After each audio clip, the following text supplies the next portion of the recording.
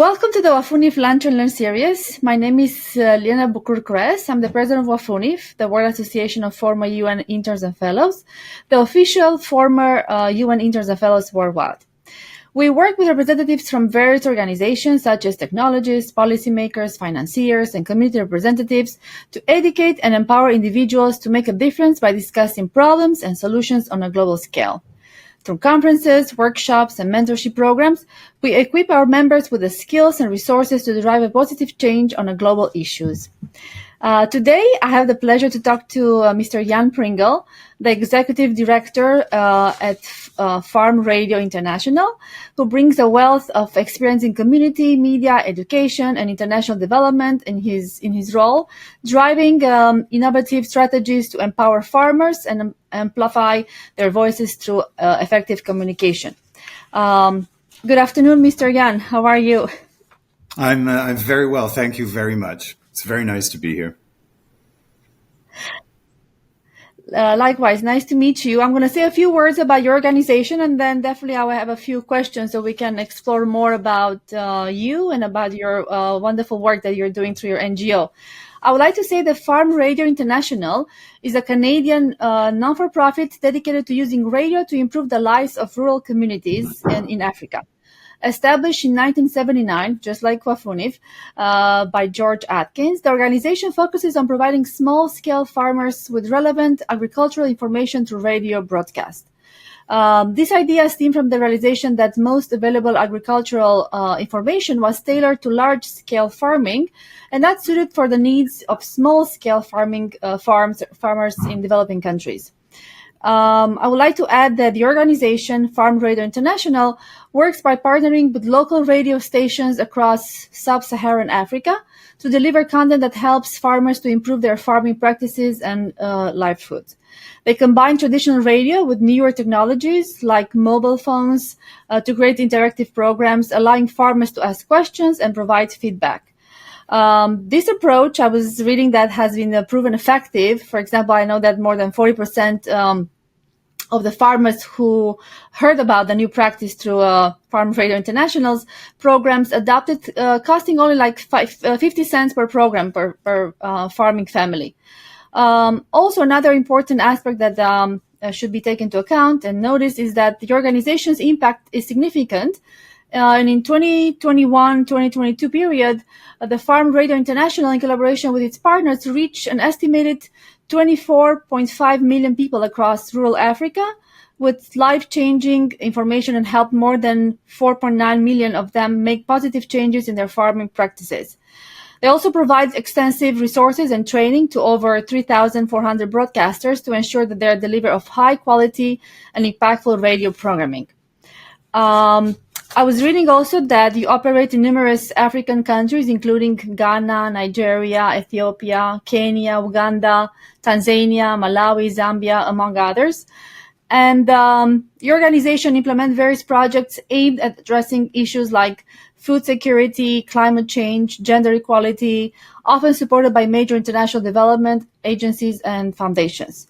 It's exactly what we're trying to promote here at the UN through the 17 Sustainable Development Goals. And I know that your organization is also under the ECOSOC and Department of Global Communication umbrella. Well, welcome to our WAFUNIF Lunch and Learn series. And I would like to start our conversation by asking you if you can tell us a little bit more about yourself, about your background, and how you became involved with Farm Radio International. Well, thank you very much. That was really an excellent introduction to Farm Radio. Thank you very much. It's nice to hear that, read back to you about your own organization. I have been working in this sector, this field of primarily radio, but communication in general for development and change for a long time. I mean, it goes back to the mid 1980s when I did work with community-based radio stations here in Canada, a variety of stations, which gave me a taste for the excitement of this work, but also the really powerful results that it can deliver, for people. After working in Canada, I worked overseas in Nepal and in India, South Asia and Asia Pacific region. I did some work for UNESCO, so your organization is close to my heart. And for a Commonwealth agency based in Vancouver. But the thread of my work has really always been around the power and the potential of media for community development and to support the aspirations of individuals and groups through access to information and access to communication. And I've now been working for Farm Radio for almost 10 years. After having worked internationally for quite some time for multilateral organizations, it was great to come back to an organization that is a bit smaller, a nonprofit, a non-governmental organization based in Canada, working internationally, but still very focused on radio and the power of radio to entertain and to educate. Can I ask you, what is the mission of Farm Radio International and how does it aim to impact rural communities? I talked a little bit, but I would like you to expand a little bit more. Sure. I mean, our mission statement was very well crafted, and the statement itself is that we make radio a powerful force for good in rural Africa, one that shares knowledge, amplifies voices, and supports positive change. And I think the mission statement really encapsulates, what we do. And our vision is very much one of prosperous, just, and vibrant rural African people and communities. So those are our official, statements that guide us. And I think they are very good statements and very accurate. I tend to supplement those by saying that the real focus of our work is on access to information and increasing access to information and communication. So those rights to information and communication are very important. They are enshrined in Article 19 of the Universal Declaration on Human Rights, and they're also enshrined in Article 9 of the African Charter. So those are our guiding principles, that all people have a right to information and all people have a right to expression. So sort of, what do you say, different sides to the same coin, if you will. And that really is what Farm Radio's work is all about, is expanding on people's access to quality information and combating what we tend to describe as information poverty, in the sense that, particularly in sub-Saharan Africa, but in many, many parts of the world, one of the defining characteristics of people is that they don't have very much access to quality information that will help them with key parts of their lives: livelihoods, health, equality, participation, civic participation, those kind of things. If people don't have access to information and opportunities to communicate, to engage in dialogue about those issues, it's much, much more difficult for individuals and groups of individuals to be able to take action to improve their own circumstances and their own development.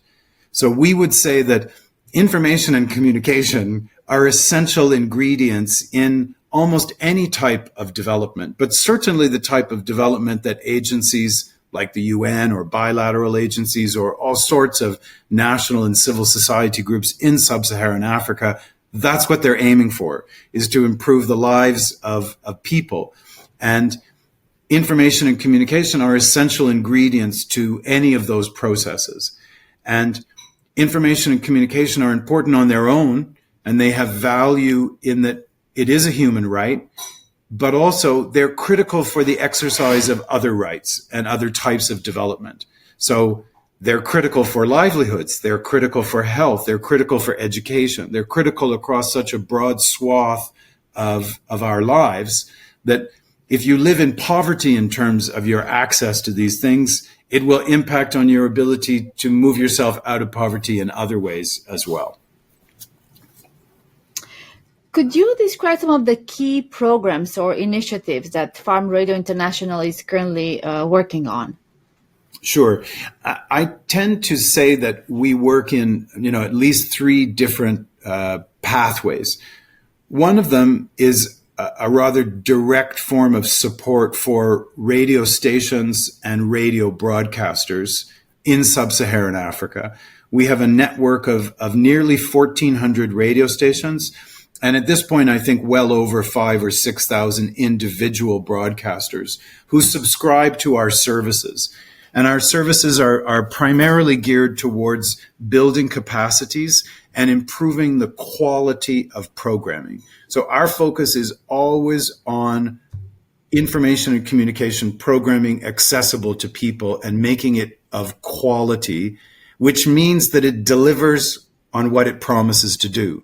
So if we say a program is going to increase people's knowledge of sexual and reproductive health and rights and to decrease, for example, unwanted teenage pregnancies, then the success of a communication program is its ability to do those things. And we can certainly do those things. So supporting the network of stations is one part of the work that we do. And we do that through the distribution of resources and opportunities for training and discussion amongst this network of thousands of people and hundreds of radio stations. And at this point, I think the presence of our network is 38 or 39 countries in sub-Saharan Africa. So a very high percentage of the countries and the geographies in sub-Saharan Africa. So that's one element. Direct support for broadcasters and their partners to be able to do better quality programming for their listeners.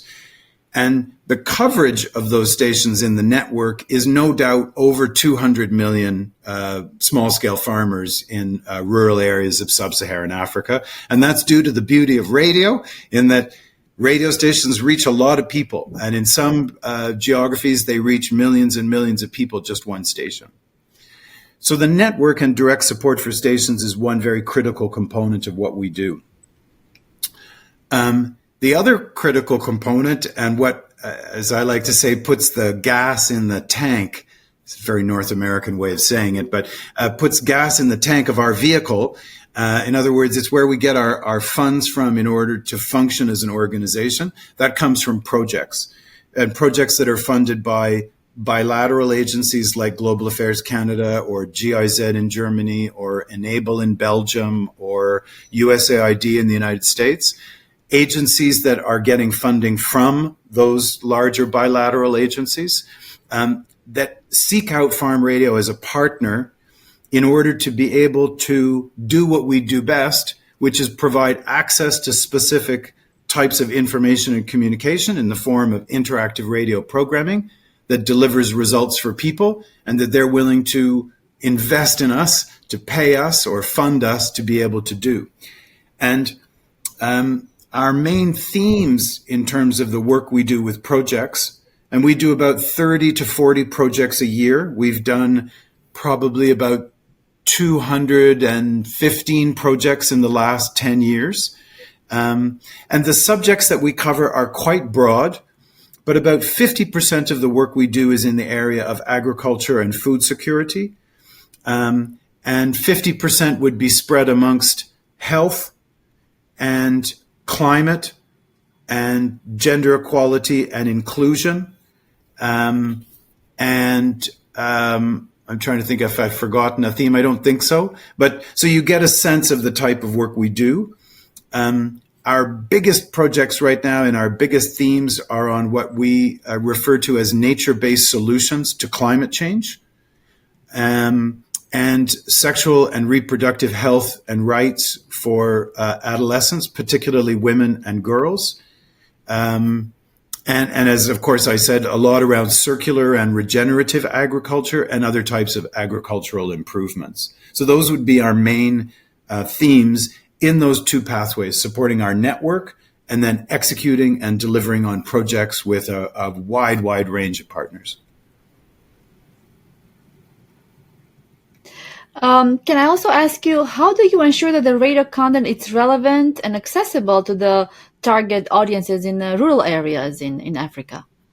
So we take what we would call a participatory approach to the development of the programming, which means two or three very important steps that we always take.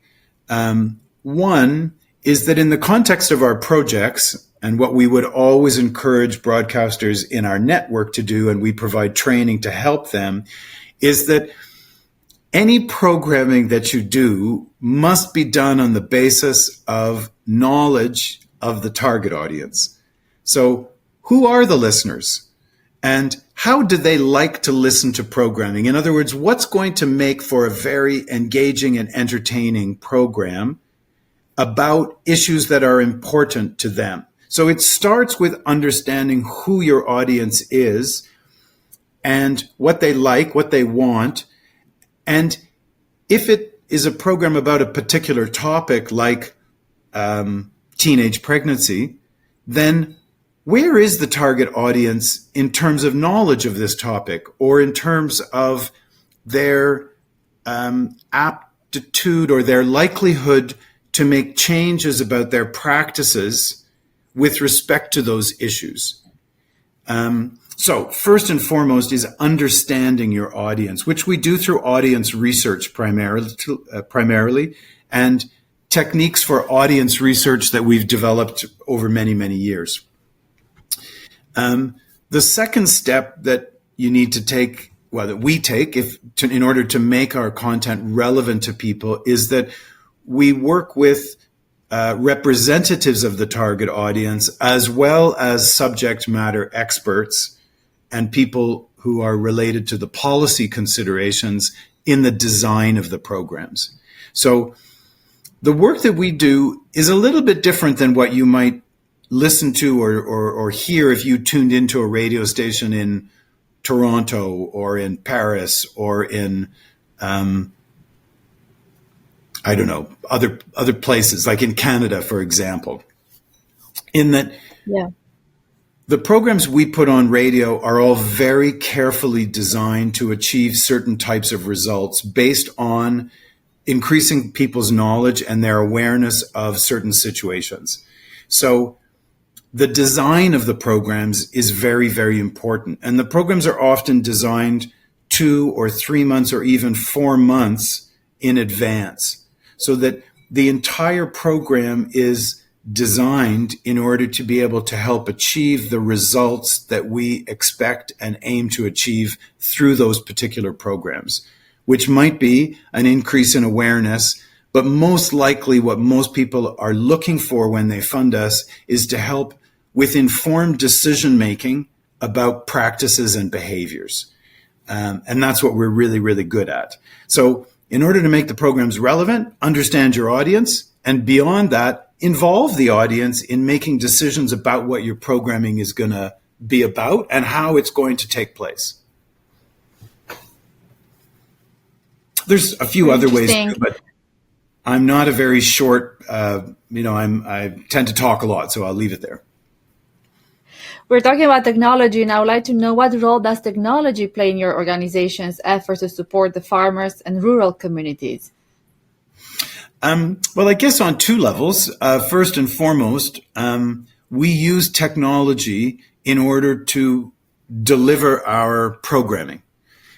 So unlike many organizations which take a more traditional or conventional approach where most of their work is done, what we would sometimes say face-to-face or in person, we use technology. And we use technology because technology can be very entertaining and very powerful. So, movies, radio, TV, they're all great examples of technology-based programming that people love.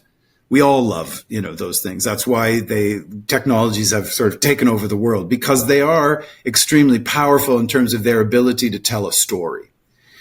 So we use technology in terms of how we deliver our programs and how we engage with our target audiences. And those technologies are primarily radio and mobile phones. So those are our main technologies that we use to deliver our programming, which includes listening to and hearing back from our target audience. But for an organization like Farm Radio International, Technology is also really interesting, and increasingly so, in terms of the way that we do our work at an organizational level, because technologies have allowed us to run an organization where we have people from all over the world who are able to operate and collaborate with each other in ways that without those technologies, it simply wouldn't be possible. So we use also a big array of organizational technologies in order to be able to sustain the organization behind all of this work that we do. And can you share with us a success story or an example of a community that has benefited significantly from the Farm Radio International's programs? One Yes that comes and to no. your mind. Yeah, yes and no. I clearly need to have a better, supply of stories available. But I guess I would say that the stories are so many that it's hard to reduce it to just one story, because the story of what we do is about the fact that there are millions of these stories every year. Millions of stories about how listening to stories and listening to people's experience, their lived experience of development challenges and what that can do for other people. There are millions of those stories that happen every day. Millions of stories of people who are listening to local radio programming wherein that programming is making a tangible difference in their lives, either because they're inspired to do something, or they now understand something better, or they have a new perspective, or they hear something that changes their way of thinking about issues. I'll give you one example which became a little bit famous within our organization because we work really hard. We're often very overstretched and people are stressed, and it can be tough. I'm sure it's true for many of the people watching right now. Working life is a hard life. And so these type of stories are what really energize and motivate and inspire our own staff to keep working in these often difficult environments and challenging, situations. And the story, but again, there are millions of these stories, but this particular story has to do with a project that we have been running now for probably 3 years in Mali, in West Africa, which is a remarkable, beautiful country, a fascinating history, very, very rich culture that has been having a tough time. They have had a lot of unrest. There has been conflict, political issues. There have been coups, changes in government, et cetera, et cetera. So it's a very difficult circumstance, including a circumstance in which people to live their daily lives in rural areas because mobility is greatly reduced. So radio has become even more important. And this project that we have been running in association with a Canadian a company called Alinea is called Défi, which means challenge in French, and is also the acronym for the project, which is about the challenge of girls' education. So the project is around promoting awareness of the importance of girls' education for girls, but for their families and for their wider communities. And the story is of a father of a family which included a young girl. And according to sort of traditions and conventional practices, he was going to remove his daughter from school. But after having listened to radio programming about the importance of keeping girls in school and what that does for them and what taking them out of school means in terms of changes to their lives, this father made the decision to keep his daughter in school. And that's the story. It's simple. He listened to the programs that were available in his broadcast area. They were listened to by other people in his community. So he heard about it through word of mouth, who tuned into, at least a few of the programs. And even just listening to a few programs helped to change his thinking about the rights of his daughter. And so he decided hopefully with his wife, that they would keep their daughter in school. How beautiful is that? Can you expand a little bit on how do you collaborate with local radio stations and other partners to produce and broadcast the content that you are? Yeah, one thing that we sometimes forget to remind people, but that I try to remind people, is that Farm Radio, despite our name, we aren't a radio station. We don't really produce any programming, or sometimes a little bit, but the point is that the programming that our work results in is always done by local radio stations. So our people, our network, our milieu is radio. Many of us worked for radio stations. I worked for radio stations here in Canada, 40 years ago. Radio, I listen to radio every day. So it's people who have a real love for radio as a medium. And we sort of live and breathe radio. And radio stations are our implementing partners. So there's a lot of them that we work with. We group them together in a big network of well over 1,000 stations, and we regularly support those stations with content and training resources and opportunities to participate in networking groups and discussions about particular topics and training sessions. We also offer those stations the opportunity to participate in our projects, which means they will generate some revenue, which of course is very important to them. And when we're doing those projects with radio stations, we work very closely to introduce methods and approaches to programming that we've proven to be effective, and to support radio stations throughout the design and delivery of the programs that they will do with us. So our business really is about understanding and supporting and enabling these hundreds and hundreds of radio stations in sub-Saharan Africa to do a better job in programming, and to make their programming of a higher and better quality, and to achieve more results for their listeners, for their local communities. I remember when I first started at Farm Radio, we were looking at the design of a new project, and I said to the staff, I was brand new, and I said to the team working on it, I said, well, what about the radio stations? Surely we have to propose the radio stations in the proposal. And they said, no, don't worry about that. We'll figure that out later on. And I thought, later on? You're designing the project right now. Surely you have to know that there's a radio station there. But the truth is that they were right, in the sense that you can go almost anywhere. I almost might say anywhere, but you can go almost anywhere in sub-Saharan Africa and still be able to tune into at least one radio station.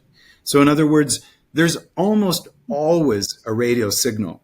And those radio stations are almost always ready to work with Farm Radio International because of our reputation and the way that we work.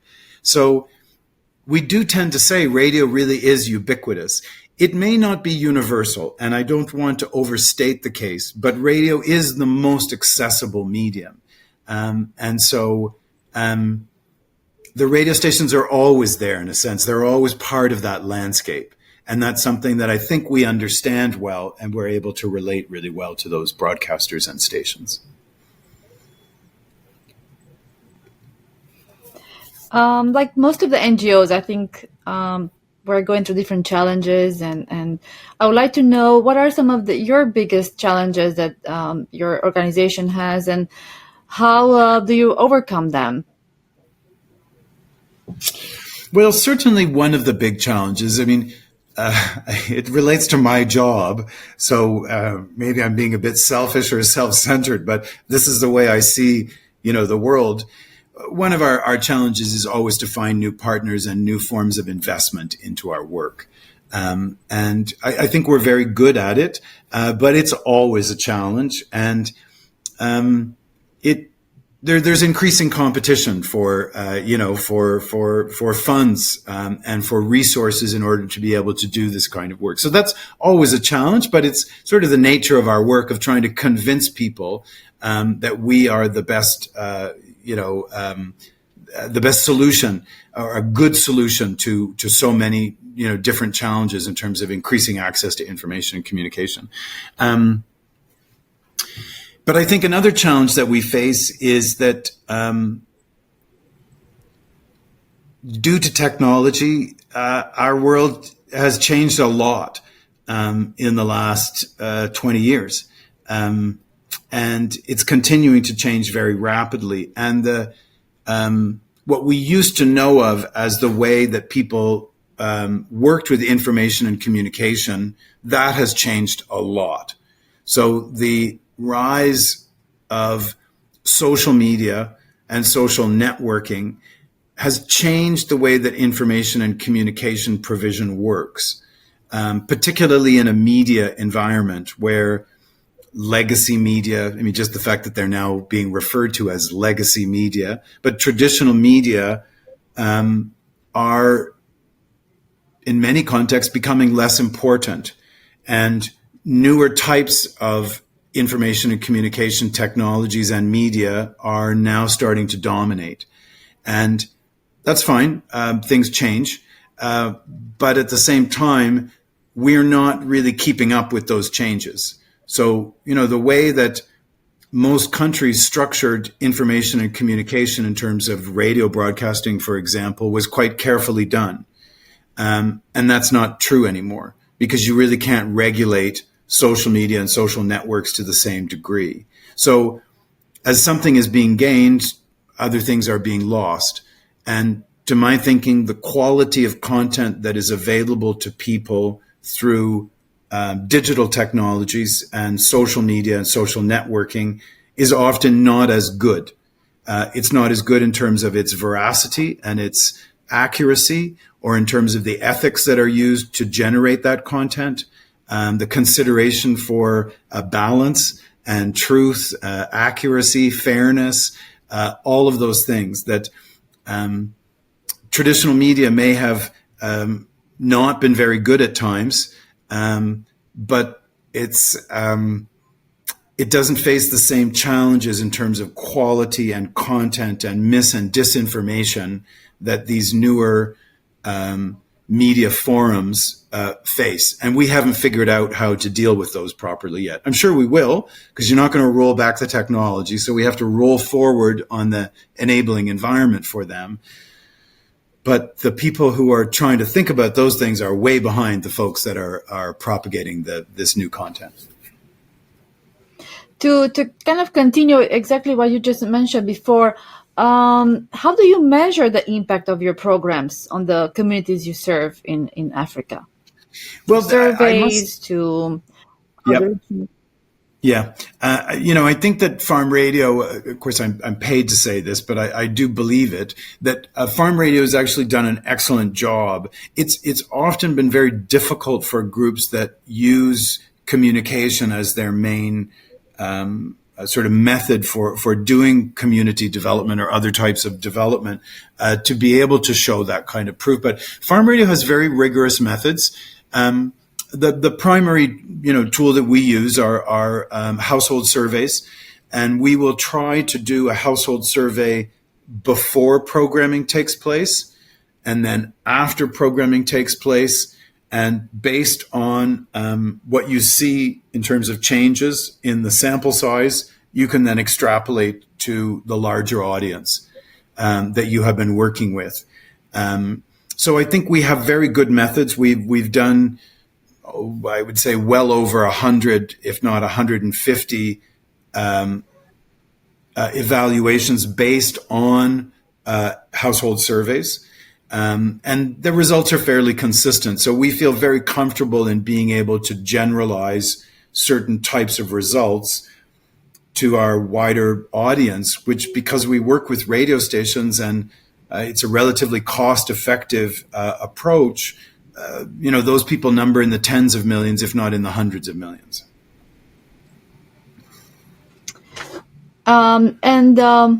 A question that I had in mind is through this FM or AM broadcast or the shortwave. How do you what do you mean? How do you proceed in this broadcast? The vast majority of our radio station partners use FM radio, and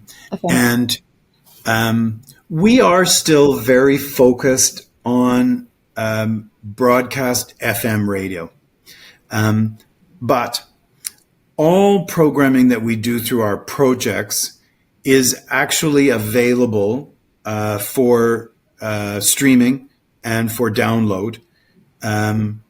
So there's no doubt that we are now looking to make programs available through other channels and through other ways of accessing that content.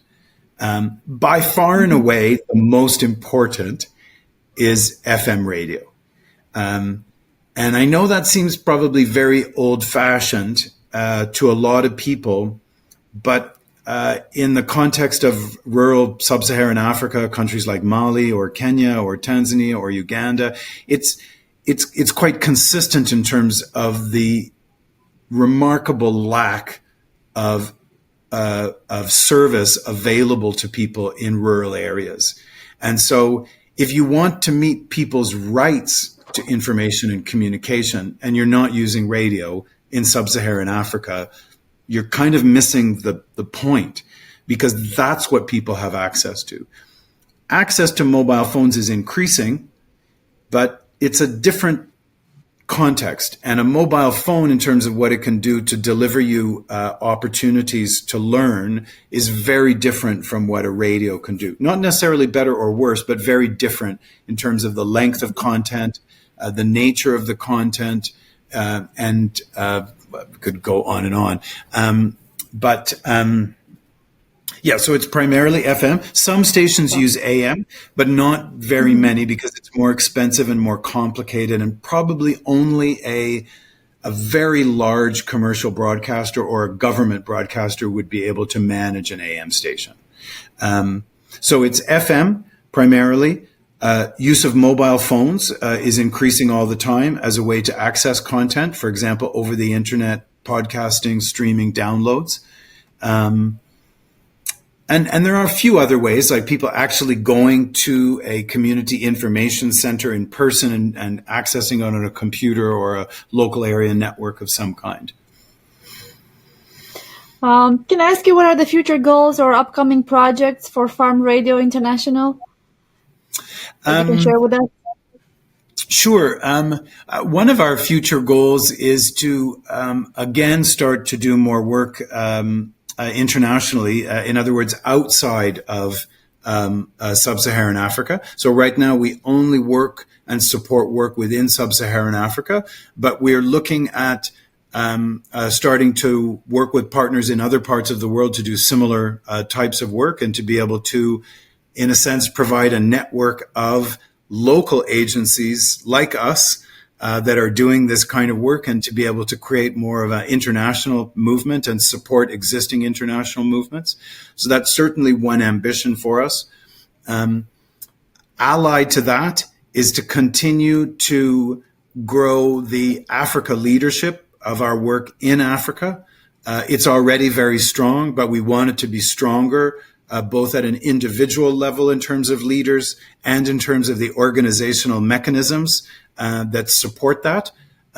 So that is certainly an ambition for us. I believe very strongly and deeply in the work that we do, and that this is actually a solution to many of the problems that are faced by countries, by communities, by agencies, but most of all by people. Especially in environments where access to information and communication is not like it is here. You know, with this little device right here, I can access pretty much all of the knowledge generated in the entire history of humanity on my phone, in my pocket. But for a family in rural Mali or in rural Uganda, a radio program might actually be the only access that they have to a good quality source of information. So we really believe that this is a solution. And so we want to grow our ability to be able to deliver this solution to more and more people. So we're looking for new partners. We're looking for other people that will also believe and join in our mission to make radio a force for good at a much bigger level. So I think that's probably our main goal, is to expand on the work that we're doing and to sort of grow almost the delivery mechanism. So more partners, more agencies in country that are doing work like we are. And to continue, I would say, how can these individuals or other organizations can get involved and support the work of Farm Radio International? Well, I think one thing that folks can do is, if you link to us, to a newsletter or, something like that, you'll stay sort of in the loop of things that we're doing. We regularly do webinars where we talk about the work that we're doing and try to really share with people in broadcasters and community members' own words, what's happening and the sort of the beauty of these programs. So you can subscribe to our newsletter right by going to our website. We currently have a podcast available called Nature Answers, which is all about nature-based solutions. It's really quite fascinating, and the podcast is very well done. Folks could come and check out our website, farmradio.org. There is a lot. It's a good website. It's entertaining. It's visually stimulating. It's really beautiful. But more importantly, there is a lot of really great stuff in there about the power of information and communication, the power of radio, the power of media. So connect with us and let's see what we can do together. And for sure, for our audience, we'll have your website and your social media accounts listed. So those who want to get in touch with you or donate to your organization definitely will share their information.